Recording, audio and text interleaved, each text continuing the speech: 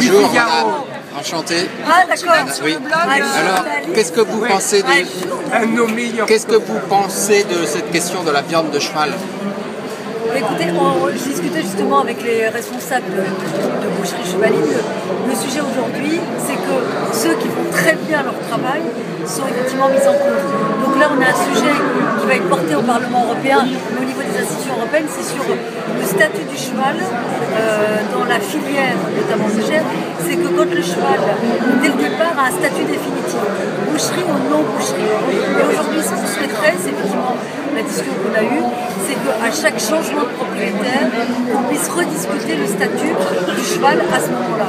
Et puis on se rend compte que quand même notre filière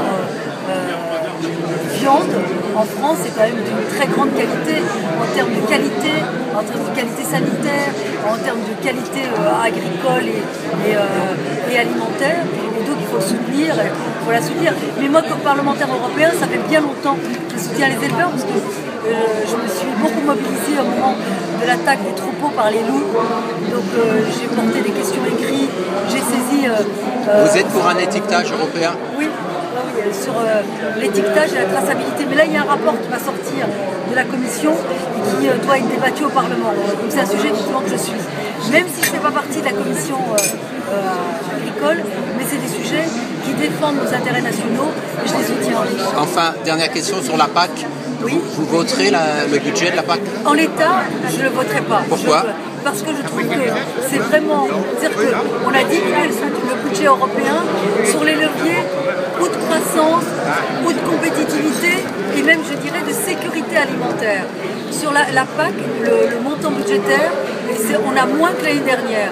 Donc en l'état, moi je n'accepte pas que nos agriculteurs, nos éleveurs, toute cette filière agricole soit effectivement ou remise en cause ou compromise.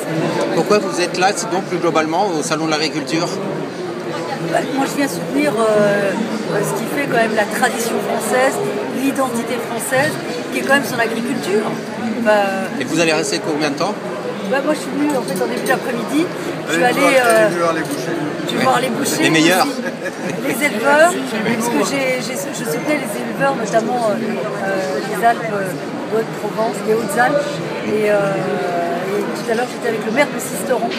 Il y a François Fillon aussi qui est dans les allées, vous allez le croiser oui, sans doute, tant mieux que les responsables politiques viennent ici. C'est quand même, ça fait partie du cœur de l'économie française. Et à une époque qui est quand même économiquement, j'allais dire fiscalement instable, économiquement dépressif, si il y a bien un secteur qu'on doit soutenir, c'est bien la filière agricole. Tout à l'heure, j'étais effectivement avec le boucher. C'est un secteur qui recrute énormément, et notamment les jeunes.